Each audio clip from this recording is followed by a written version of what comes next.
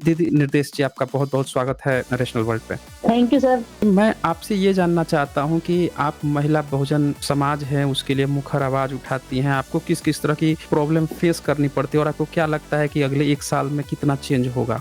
देखिए प्रॉब्लम्स तो यहाँ पर जब महिलाएँ काम करती हैं, तो हर क्षेत्र में उनको झेलनी पड़ती हैं और महिला मुद्दा जो है को केवल भारत का या केवल एक जाति का नहीं है, पूरे विश्व स्तर का है। महिलाओं ने जो भी पाया संघर्ष करके पाया और भारत में थोड़ा अलग दिक्कत है कि यहाँ पर महिलाएँ और ऊपर से दलित महिलाएँ, तो उनका संघर्ष जैसे ही उनकी जाति का पता चलता है, वैसे ही उनका संघर्ष भी बढ़ जाता है। उनके ऊपर हमले बढ़ जाते हैं, उनके ऊपर चारित्रिक जो छीटाकशी है या उसको बदनाम करने की जो आदतन एक लॉबी है, जो पहले से जिन महिलाओं की कोई कदर नहीं करते थे, जिनको बहुत निचले स्तर से आँका जाता था, आज वो महिलाएँ अगर समाज में परिवर्तन की बात करेंगी, उसकी माँग करेंगी, आवाज़ उठाएँगी, तो ज़ाहिर-सी बात है कि उनको ये सब झेलना पड़ेगा। मतलब जैसे कोई जनरल वर्ग की महिला हैं, वो अगर समाज सुधार या एक्टिविज़्म के क्षेत्र में काम कर रही हैं, तो उन पर और अगर एक एससी समाज या एसटी समाज की महिला अगर वही सेम काम कर रही है, तो दोनों में कितना डिफ़रेंस होगा?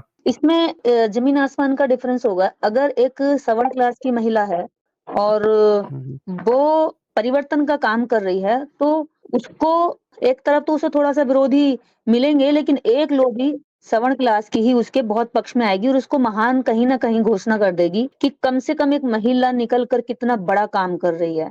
और साथ ही साथ उस महिला को अगर कहा जाएगा, तो वैचारिक हमला होगा उस पर, उसके थॉट्स पर हमला होगा, लेकिन उसके निजी जाति पर हमला नहीं होगा। पर दलित में दिक्कत ये आती है कि अगर वह महिला दलित है, तो उसके विचारों पर तो हमला होगा ही होगा, साथ ही उसकी जाति पर भी हमला होगा। उसको अलग हेय दृष्टि से देखा जाएगा कि ये अरे! तुम्हारी कहाँ से इतनी औकात हुई कि तुम इतनी बड़ी बात करो? या तुम्हारे अंदर कहाँ से इतनी क्षमता आई कि तुम इतना हमको ज्ञान दोगी? अब तुम्हारी इतनी औकात हो गई कि जिनको हम पैरों में रखते थे वो हमें अब ज्ञान देंगे।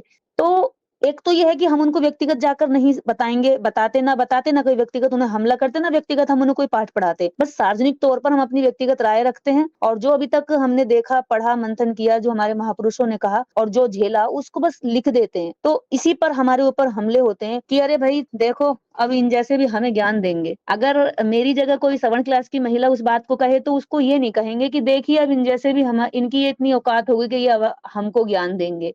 उनकी जाति पर हमला नहीं होगा, उनकी कम्युनिटी पे हमला नहीं होगा, बल्कि उस महिला के सिर्फ़ विचार पे या वैचारिकी पे हमला होगा। लेकिन जी। अगर वही एससी-एसटी की महिला है, तो जाति सूचक भी होगा, महिला सूचक भी होगा और हर एक तरह से मुस्लिम है, जोड़ दिया जाएगा और पता नहीं क्या-क्या किया जाएगा, ये सारी चीज़ें भी झेलनी पड़ती हैं। मुल्लों की औलाद है, हाँ, हाँ, मुल्लों की इस तरह रफ़ेल के है, संबोध हलाला हाँ, करा इस के तरह की आई है। गंदी शब्द हाँ, हाँ, इस तरह ये की एक चीज़ें झेलनी नॉर्मल पड़ेगी। है, ये शब्द इस तरह से बार-बार बोले जाते हैं।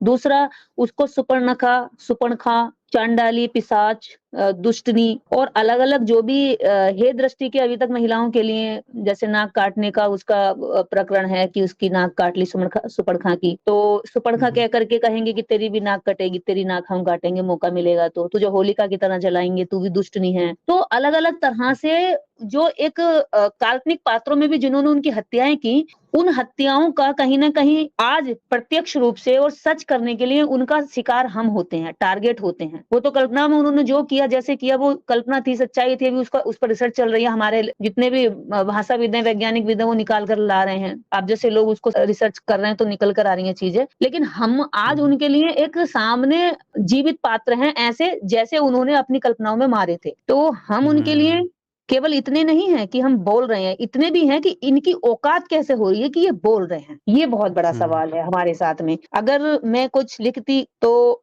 मेरी लेखनी में कुछ शब्दों को सही भी ठहराया जाता। जहाँ तक मैं लिखती हूँ, जहाँ मैं करती हूँ, मैं गरीब बच्चों की एजुकेशन पर काम करती हूँ। अनेकों पाठशालाएँ सावित्रीबाई फुले के नाम से हमने खोल रखी हैं, खोली और ईडब्ल्यूएस के तहत हम गरीब बच्चे जिनके कागज़ तक नहीं होते, वो कागज़ तैयार कराते हैं, उनके एडमिशन कराते हैं, स्कूल वालों से लड़ते हैं, पूंजीपति उनका एडमिशन नहीं लेते हैं, बड़ी मुश्किल से उनकी एंट्री कराते हैं। लड़ाई-झगड़े मतलब लीगली तौर पर तो अलग ही लड़ते हैं, वैसे वैचारिक जंग अलग होती है, वो दुश्मनी कई बार पर्सनली मानने लग जाते हैं। तो उनमें हमारे साथ में बच्चे कई अलग-अलग धर्मों के भी होते हैं और जातियों के भी होते हैं, उसमें ब्राह्मण भी होते हैं। और वो एक तरफ अगर मैं उनके लिए काम करती हूँ, उनके बच्चों का फ्यूचर सँवारती हूँ, तो वो मेरे पैर भी छूते हैं।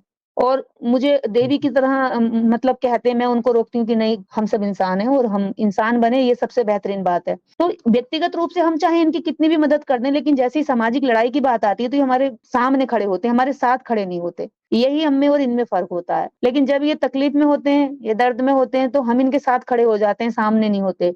और महिला होने के नाते कभी भी समाज की महिलाओं को वो अच्छी नज़र से ना देखते हैं, ना देखना चाहते हैं। अगर आपने हुँ, कोई भी अच्छी बात बोली है, कोई भी अच्छा काम किया है, तो आपको अच्छा वो कह ही नहीं सकते, उनके मन से निकलेगा ही नहीं, वो बंधे हुए हैं।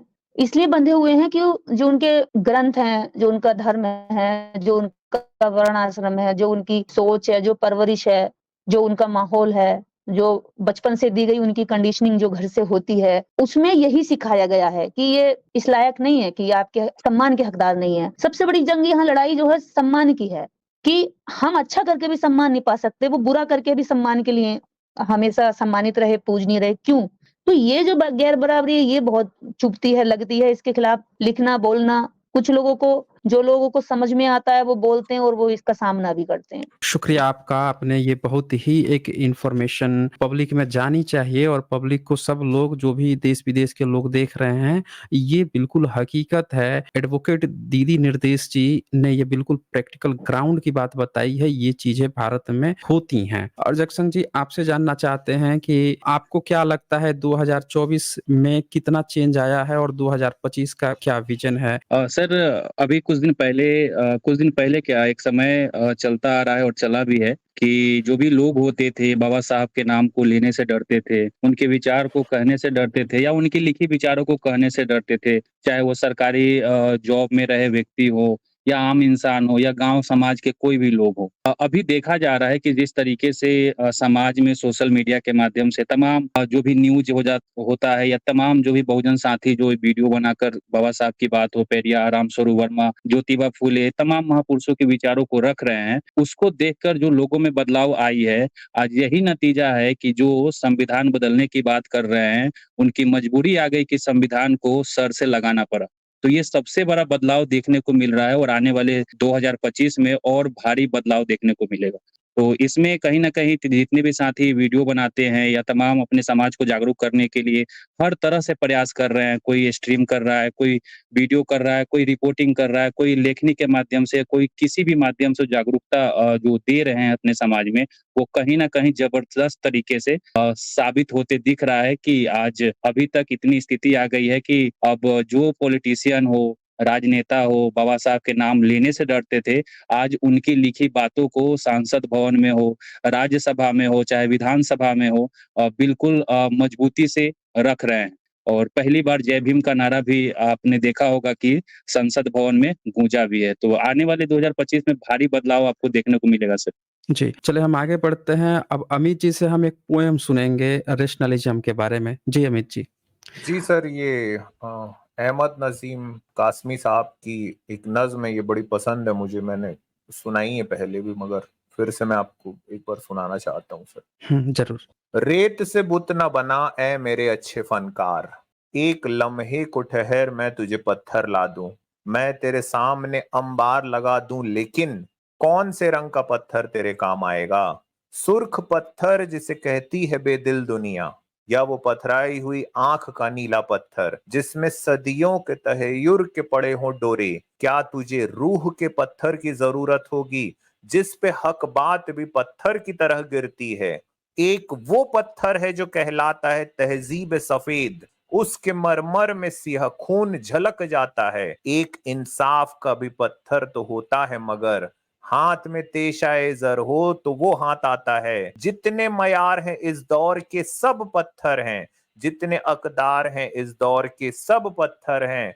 सब जाओ गुल भी हवा और फजा भी पत्थर, मेरा इल्हाम तेरा जहन रसा भी पत्थर। इस जमाने में तो हर फन का निशा पत्थर है, हाथ पत्थर है तेरे मेरी जुबां पत्थर है, रेत से बुत ना बना ऐ मेरे अच्छे फनकार।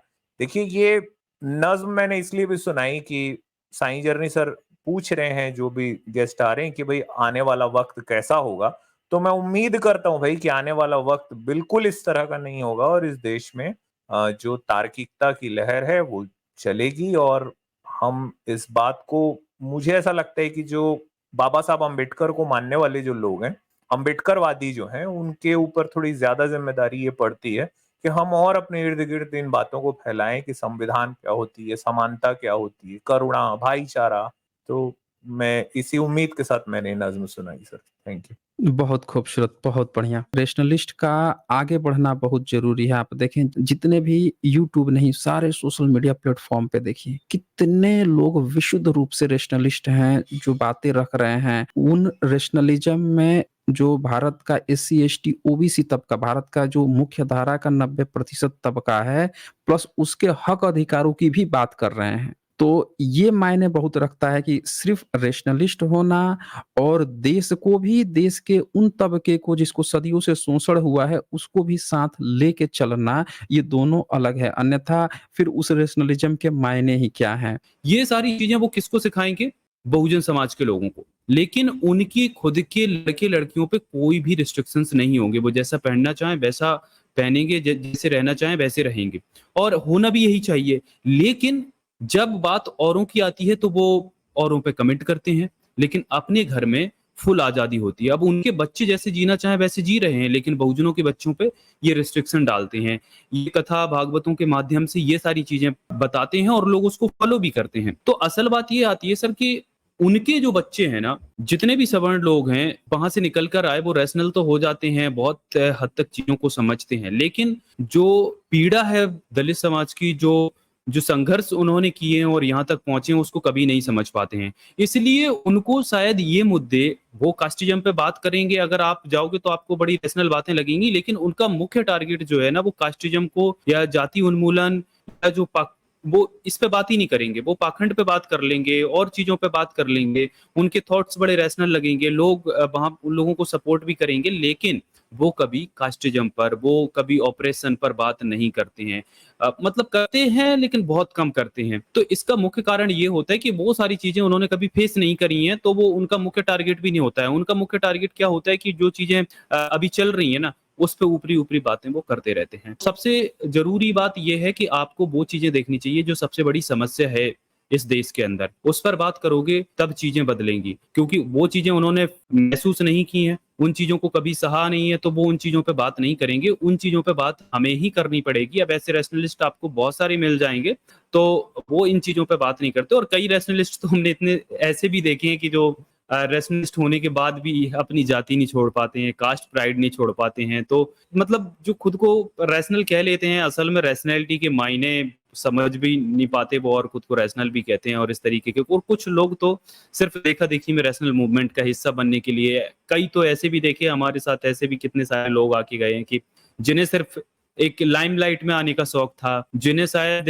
ये था कि लोग उनको जाने, लोग उनको, उनका एक फेम हो, उनकी एक फैन फॉलोइंग हो, इसके लिए वो रैशनल बन गए थे। बाकी उनका कास्टिज्म, उनका जो पाखंड, वो भी दूर नहीं हो पाया था। मतलब तो ऐसे भी बहुत सारे लोग हमें देखने को मिलते हैं। तो असल में जो बात है ना, सच्चा रैशनल वही होता है जो सबसे बड़ी समस्याओं पे पहले टैकल करे और उनको टारगेट करे, ना कि आप जो समस्याएं वैसे भी ठीक हो जानी है उन समस्याओं पे बात कर रहे हैं। ठीक है, उन पे भी बात होनी चाहिए, लेकिन असल में जो मुख्य मुद्दा होता है कि आप जो हर दिन दलितों पे अत्याचार हो रहा है, हर दिन जो ऑपरेशन हो रहा है, उस पे तो बात कीजिए कम से कम। लेकिन डर ये है ना कि अगर आप उस पे बात करेंगे तो फिर आपको क्रिटिसिज्म ज्यादा झेलना पड़ेगा।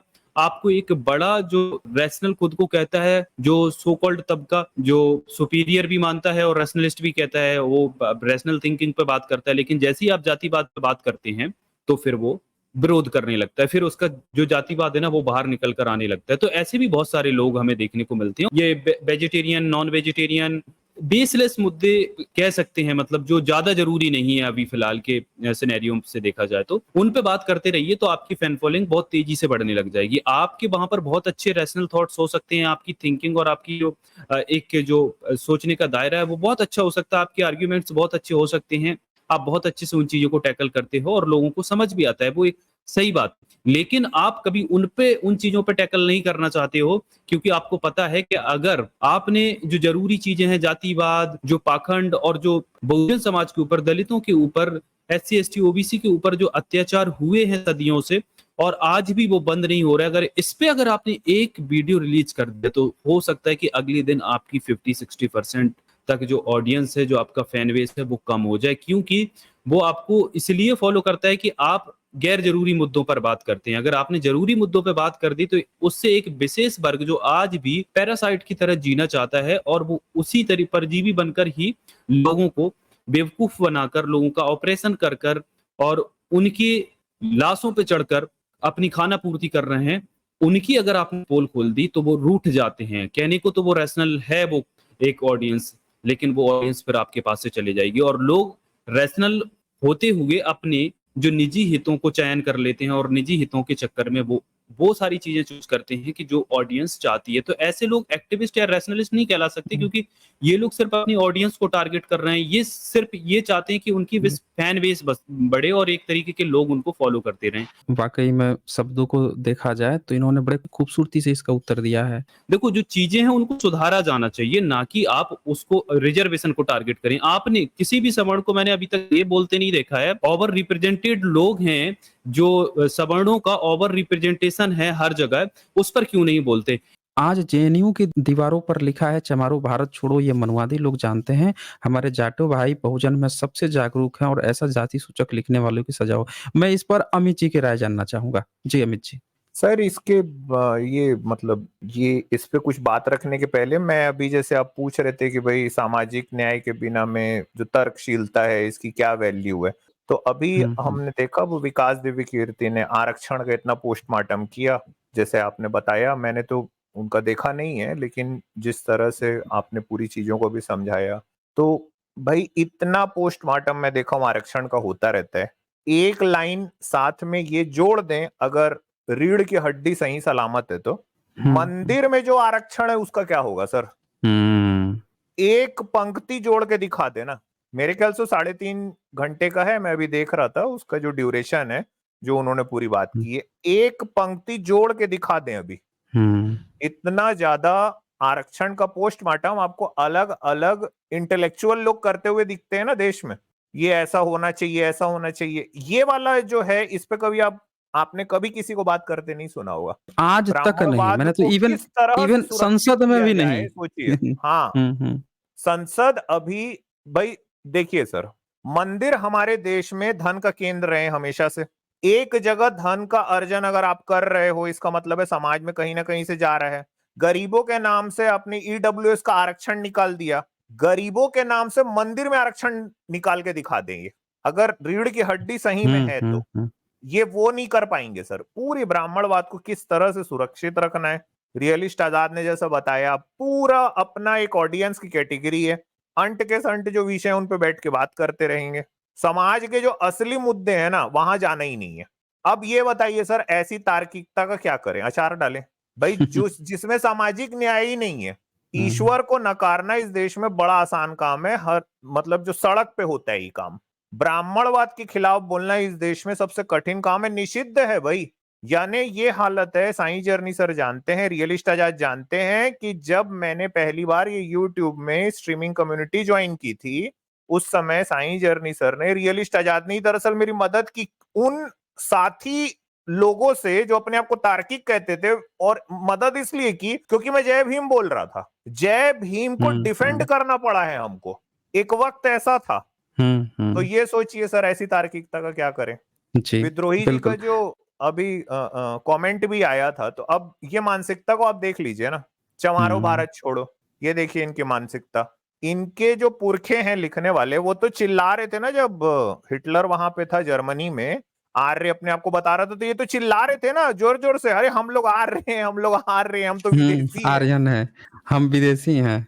इनका तो पूरा धर्म इंपोर्टेड हम हिंदू नहीं हैं, हम हिंदू नहीं, हम विदेशी हैं। हमारा वो माफ कर दो जो काफिरों से लिया जाता है, वो माफ कर दो, हमारा जजिया माफ कर दो। तो इन और अकबर हमारे ब्राह्मण भाई हो, तुम अकबर ब्राह्मण भाई हो। सब चल रहा था उस समय, तो अपने आप को विदेशी बता रहे थे बड़े एकदम खुल के। और जो देश का रहने वाला है, जिसके साथ में शोषण किया, अब उसी को बोल रहे तुम लोग देश छोड़ दो। गजब है सर। तो जो दुकान है, उस दुकान पे जो भी उसका मालिक होगा, उसको अपना नाम वहां पे लिखना होगा। तो ऐसी प्रथा क्या दुनिया में कहीं और भी चलती है जहाँ से हो सकता है हम इंस्पिरेशन, क्योंकि अक्सर ऐसा होता है ना कि कहीं पे कोई अच्छी बातें चल रही होती है तो हम कॉपी करते हैं, या नई एक टेक्नोलॉजी लाई गई है, या इससे कुछ फ़ायदा है या कुछ नुकसान होगा, या इसका मोटिव क्या है? जी, मोरल टीचर जी। जी सर, इस पे मेरे बड़े स्पष्ट विचार हैं कि ये पूरा जो मामला चल रहा है, पहली चीज़ तो भारतीय संविधान के जो अनुच्छेद 17 में छुआछूत के विरोध की बात की गई है, ये उसके उसके टिपिकल केस बनता है कि उसके अगेंस्ट में जाके इस तरह के आदेश, भेदभाव को बढ़ाने वाले आदेश यहाँ पे पारित किए जा रहे हैं। और सबसे बड़ी बात ये है कि देखिए, दुकानों पे प्रोप्राइटर्स के नाम ऑलरेडी पहले से होते हैं, मालिकों के नाम पहले से होते हैं। ये कोई नई बात तो है नहीं। आपको उनसे मतलब नहीं है, जो ताकतवर लोग हैं, पैसे वाले लोग हैं, जो बाकायदा गुमाश्ता बनवाते हैं, बड़ी दुकानें खोलते हैं, उनके प्रोप्राइटर नाम, वो सब सवर्ण वर्ग के ज्यादातर। आपको ठेले वालों से मतलब है, आपको छोटे मोटे चाय वालों से मतलब है, गुमटी वालों से मतलब है। और ये कौन से वर्ग के लोग हैं? अगर आप ध्यान से देखें तो ये ज्यादातर बहुजन वर्ग के लोग हैं, जो किसी तरह से अब ये खाने पीने के व्यवसाय करके अब अपना जीवन चला रहे हैं। और चूंकि नाम नहीं बताना पड़ रहा, जातें छुपी रहती हैं, तो अप्रत्यक्ष रूप से, चलिए स्थानीय लोग नहीं होंगे, बाहर से आने जाने वाले लोग इनसे सामान वगैरह खरीदते रहते हैं और इनका जीवन चलता रहता है। ठीक, तो ये जो पूरा मामला है कि कर्मचारियों के नाम भी बताने पड़ेंगे और मालिक का नाम भी बताना पड़ेगा। मालिक तो ठीक है, चलो वो प्रोप्राइटरों के नाम होते हैं, अगर रजिस्टर्ड फर्म होती है वो तो ठीक है, लेकिन कर्मचारियों के, ज्यादातर कर्मचारी निम्न जाति के बहुजन समाज से होते हैं। उनकी पहचाने उजागर आप करवाना चाहते हो, क्योंकि हो ये गया है कि पिछले कुछ समय से बहुजन थोड़ा सा खाने पीने लग गए हैं, वो अच्छे कपड़े पहनते हैं, वो अच्छे से रहते हैं। अब उन्हें उनके वस्त्रों से और उससे पहचान पाना इतना आसान नहीं हो पाता, तो वो जातिगत मानसिकता जो है वो रहती तो है हमेशा सब, ठीक, समाज में। और उससे कहीं ना कहीं लोगों को पकड़ने की जो सोच है वो इस आदेश के पीछे काम करती दिखती है।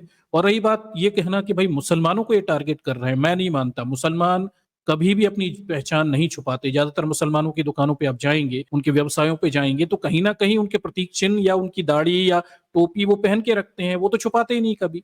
तो फिर किसके लिए आदेश है? मैं हमेशा ये मानता हूं कि किसके लिए आदेश है? इस आदेश से किसकी पहचान उजागर होगी? इस आदेश से उन बहुजनों की पहचान उजागर होगी जो इन दुकानों पर, इन ठेलों पर, इन छोटी मोटी जगहों पर काम करते हैं, वो निम्न जाति के हैं। और अब उनकी जाति पता चल जाएगी और फिर क्या होगा? आप भेदभाव करोगे, क्योंकि आप यही करते हो। तो असलियत में ये पूरा मामला सांप्रदायिक मुसलमानों के विरुद्ध बताने की कोशिश है, पर वास्तव में ये जा किसके विरुद्ध रहा है? बहुजनों के विरुद्ध जा रहा है। फिर एंड में क्या होगा कि फिर जो बिल्कुल ही निम्न जाति, हाशी अछूत स्थिति में है, उन्हें इस तरह के दुकानदार काम धंधे नौकरियों में रखना फिर बंद कर देंगे, क्योंकि जात पता चलेगी तो फिर शिकायतें होंगी ग्राहकों की कि भाई इन्हें हटाओ, उस जाति के व्यक्ति को हटाओ। और एक खास जाति वर्ग के लोग ही वहां पर इस तरह के व्यवसायों में, जिसे कहते हैं, एक्सेल कर पाएंगे। ठीक, तो मुझे बड़ा स्पष्ट लगता है कि पूरा मामला सांप्रदायिक दिखाने की कोशिश है, पर इसके पीछे जातिवादियों की जातिवादी मानसिकता काम कर रही है। बहुजन बिल्कुल झांसे में ना आए, उन्हें मुसलमान से कुछ लेना देना नहीं है। वो वास्तव में ये जातिवादी एंगलों को ही मजबूत करेगा ये पूरा आदेश। ठीक, और ठीक है, चलिए कुछ मामलों में मुसलमानों की पहचान उजागर हो भी जाए, लेकिन बहुसंख्यक जो कर्मचारी वगैरह हैं, निम्न जाति के हैं, उनकी पहचान उजागर होगी तो आगे उन्हें काम धंधे करने में से परेशानी होगी। तो बिल्कुल ये असंवैधानिक है, किसी की पहचान उजागर करना, फिर उसके साथ पवित्रता अपवित्रता के नाम पर भेदभाव करना, जो कि वो कह रहे हैं कि इससे शुद्धता पवित्रता पता चल जाएगी। अरे भैया, किस बात की शुद्धता? खान पान, जात पहचान, इसके आधार पे तो संविधान में भेदभाव करने की बात मना की हुई है, और ये तो शुद्धता जुद्धता का पैमाना है भी नहीं। तो जब संविधान इस चीज के लिए मनाही कर रहा है, तो आप ये सारी ब्राह्मणवादी प्रथाएं समाज पर क्यों थोप रहे हो? शुद्धता किस बात की शुद्धता? खान पान को लेकर, धर्म जाति को लेकर किस बात की शुद्धता अशुद्धता? इसकी तो मनाही की गई है पहले। तो ये पूरा मामला जो टिपिकल केस है, असंवैधानिक है, पूरी तरह से ब्राह्मणवादी मानसिकता को सरकारी शक्तियों से, शासन प्रशासन की ताकतों से समाज में स्थापित करने की षड्यंत्र के रूप में मैं इसे देखता हूँ। ये बाकी के राज्यों में भी फैल रहा है, उत्तर प्रदेश से राजस्थान, राजस्थान से मध्य प्रदेश, कई राज्यों में अब ये फैलता जा रहा है, और इससे केवल बहुजन समाज के गरीब तबके के लोगों को तो बहुत खूबसूरत उत्तर दिया है आपने मोरल टीचर जी। फिर यहाँ पे श्यामला वी यहाँ लिखते हैं, सभी रेशनल साथियों को जय भीम। इन विजन 2025 मेरा सवाल है कि रेशनल एक्स सवर्ण, स्पेशली एक्स ब्राह्मण का रेशनल मूवमेंट में क्या रोल होगा या होना चाहिए? थैंक्स, जय भीम। मेरे ख्याल से अमित जी आप ही बताएं। ये जो रेशनल मूवमेंट है ना सर, मुझे ऐसा लगता है कि शायद ये जातियों के ऊपर जाके इसको देखना पड़ेगा ना। हालांकि देखिए एक्स सवर्ण लोग जो हैं, एक्स सो कॉल्ड सवर्ण लोग, उनका योगदान होगा, लेकिन पूरे समाज को दरअसल एक साथ जागृत होना पड़ेगा। बाबा साहब अम्बेडकर की जो पूरी सीख है ना, वो यही है, इसी बात को लेके है दरअसल, कि सारे के सारी जो जातियां हैं उनका विनाश होना चाहिए, ताकि समाज में एकता हो और पंचशील के सिद्धांत ठीक तरीके से लागू हो सके। तो योगदान होगा, लेकिन ये नहीं कहा जा सकता कि बहुत बड़ा योगदान होगा। अगर होगा भी, मुझे ऐसा लगता है कि वो सहायक भूमिका में होगा। मैंने इसके पहले भी कहा था कि कहानी सुनाना बहुत जरूरी है ना, तो जिनका शोषण हुआ है कहानी उनको सुनाने दी जानी चाहिए। ज्यादा से ज्यादा जो एक्स सो कॉल्ड सवर्ण है वो यही कर सकते हैं कि इस पूरी चीज में एक सहायक भूमिका निभा सकते हैं बस।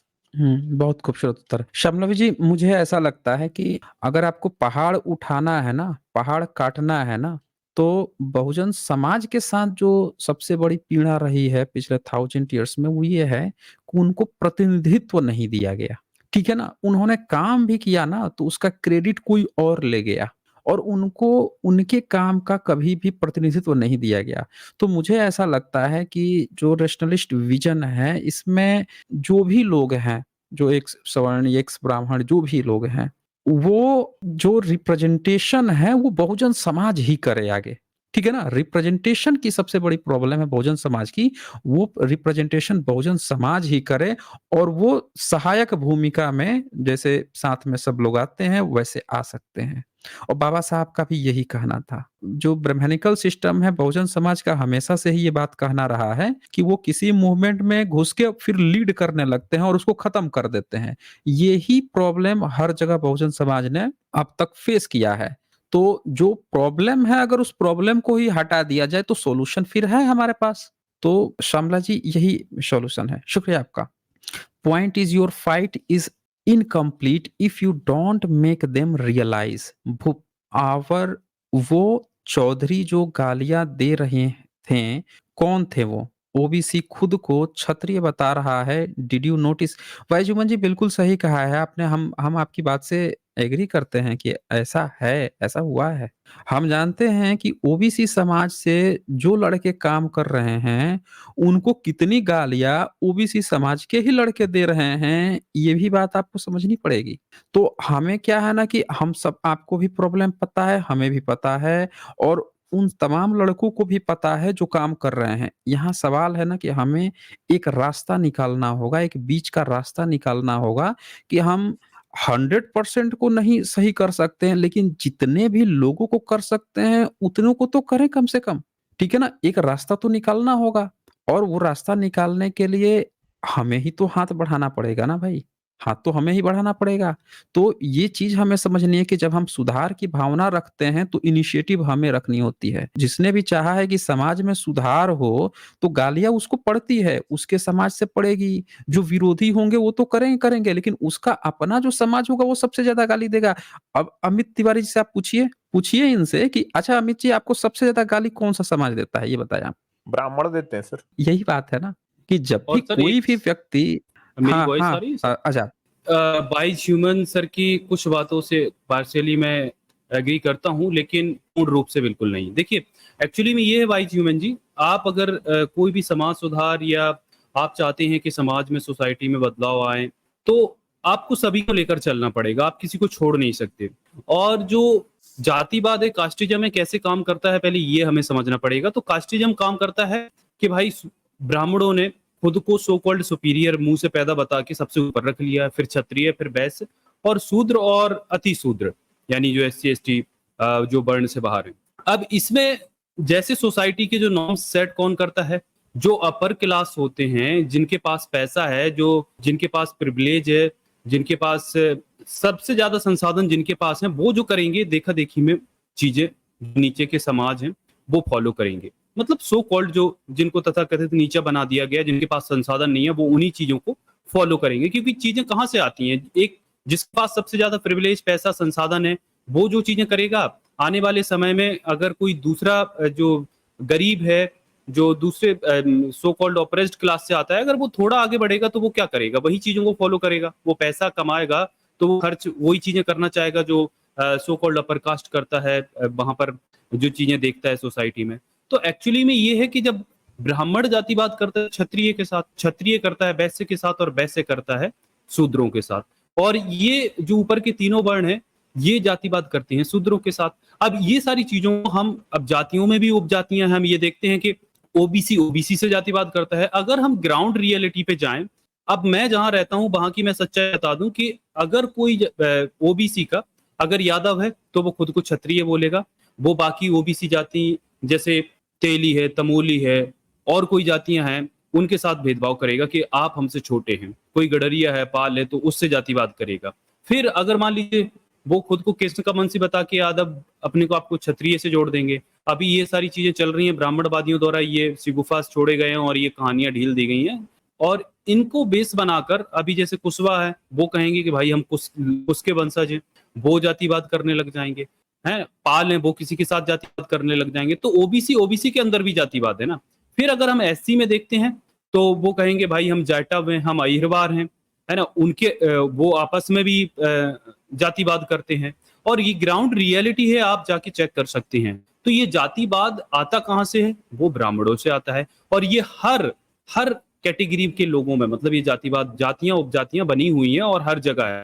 तो बात है सर रैशनैलिटी की, और बात है लोगों की आंखें खोलने की कि जो गलत हुआ है वो कैसे हुआ है। कुछ लोग हर समाज में धूर्त पाए जाते हैं, वो सच जानते हुए भी सच का साथ ना देकर गलत के साथ खड़े होते हैं, ठीक है, वो आपको हर समाज में मिल जाएंगे। लेकिन कुछ लोग इंसानियत पसंद भी होते हैं जो ऑपरेसर क्लास में से भी निकलकर मानवता के साथ खड़े होते हैं। हमारे साथ ये उदाहरण है, हमारे साथ अमित भाई बैठे हुए हैं। ये चाहते तो भाई इनको क्या दिक्कत, क्या क्या जरूरत थी कि हमारे साथ खड़े और इस मिशन में इतना जो समय दे रहे हैं, सब कुछ है उनके पास, तो क्या जरूरत है भाई, उनको क्या चुल मची थी कि आके यहाँ पर बात करते समाज सुधार के लिए। चाहते तो आसानी से वैसे भी अपना जीवन अच्छा खासा जी रहे हैं, जीते रहते। लेकिन जिसको मानवता की और मानव हितों की परवाह होती है वो सच के साथ खड़ा होता है। और जो किसी भी समाज से क्यों ना आता होगा, हमारे अपनों ने क्या धोखा नहीं दिया? हम उदाहरण उठा के देख लें, कितने ऐसे नेता हैं जो हमारे जाके दूसरे पक्ष में खड़े हो जाते हैं, जो ऑपरेसर क्लास है उसके साथ खड़े हो जाते हैं। तो ये जो चीजें हैं सब जगह पाई जाती हैं, और अब बदलाव सर आप देखेंगे तो हर जगह आपको बदलाव देखने को मिलेगा। देखो ओबीसी की पॉपुलेशन ज्यादा है, ओबीसी की अगर एक अंदाजा लगाया जाए तो राउंड फिगर लिया जाए तो 60% आबादी होगी ओबीसी की। तो ओबीसी की आबादी 50% प्लस लगभग 60% के समथिंग है। तो अब सोचिए कि 100 करोड़ हिंदुओं में से अगर 60 करोड़ अगर ओबीसी हैं, तो सर ओबीसी में आपको ये बदलाव थोड़ा धीमा नजर आएगा, क्योंकि ओबीसी की आबादी बहुत ज्यादा है। तो आपको ये इस तरीके से नहीं देख सकते कि ओबीसी में बदलाव नहीं आ रहा। कुछ एक जातियां आज भी बहुत ज्यादा वो एक्सट्रीम लेवल पे जाके जातिवाद करती हैं, ठीक है, वो खुद को क्षत्रिय बताती हैं, लेकिन बदलाव के लिए जब मुहिम चलेंगी तो लोग बदल के भी आ रहे हैं, वहां से भी आ रहे हैं, हर जगह से आ रहे हैं, और हर जगह से आपको जातिवादी लोग भी मिल जाएंगे। और उसी, जबकि पता है जहां दुत्कारा जाता है वहां जाएंगे और उनके पक्ष में खड़े होंगे और कुछ ऐसे आर्ग्यूमेंट ढूंढेंगे, जस्टिफाई करेंगे उन्हीं लोगों को। तो ये हर जगह, हर समाज में, हर वर्ग में पाया जाता है। तो हम इसको इस तरीके से नहीं देख सकते कि इनको साथ लेके न चले, हमें सिर्फ इस मूवमेंट को एससी एसटी तक सीमित रखना है, बिल्कुल ओबीसी को इससे बिल्कुल बाहर सही। कर देना है। तो हमें ब्रॉडर आजाद लेवल पर सोचकर उस पर काम करना पड़ेगा। जी सर। नहीं, बिल्कुल आजाद आजाद आपकी बात से मैं बिल्कुल सहमत हूँ। एक बात और समझनी है ना, क्या आज तक एससी एसटी ओबीसी एकता बन पाई? पहला सवाल। अगर नहीं बन पाई है तो हम यहाँ पे क्या बात है, बहुजन समाज क्या बातें करता? एक बात ये होती है कि ओबीसी एससी एसटी वो एकता बने, तो अब एक उसी में से कुछ लोग ओबीसी से असंतुष्ट हैं कि नहीं, ओबीसी बिल्कुल ब्राह्मणवाद पार्ट 2 है, उसको बिल्कुल साथ लेके नहीं चलना है। तो अब उससे भी हम नीचे आते हैं। अब हम कहते हैं कि क्या एससी एसटी में एकता बन पाई है? तो अभी भी बात आएगी कि नहीं, एसटी समाज अलग उसमें आ रहा है, एससी समाज अलग। अब एससी समाज में आते हैं, क्या पूरे एससी समाज की जितनी जाति उपजाति सब में एकता बन पाई? तो हम क्या देखते हैं कि उसमें से कुछ लोग संविधान के साथ खड़े हैं, कुछ लोग संविधान के अगेंस्ट में जो बात कर रहे हैं उनके साथ खड़े हैं। कहने का मतलब ये है दोस्तों, हम जितना भीतर घुसेंगे ना, तो हम अपने दायरे को उतना सीमित करते जा रहे हैं। हकीकत ये है दोस्तों कि हर एक जगह पे 100% कहीं पे सही नहीं होता।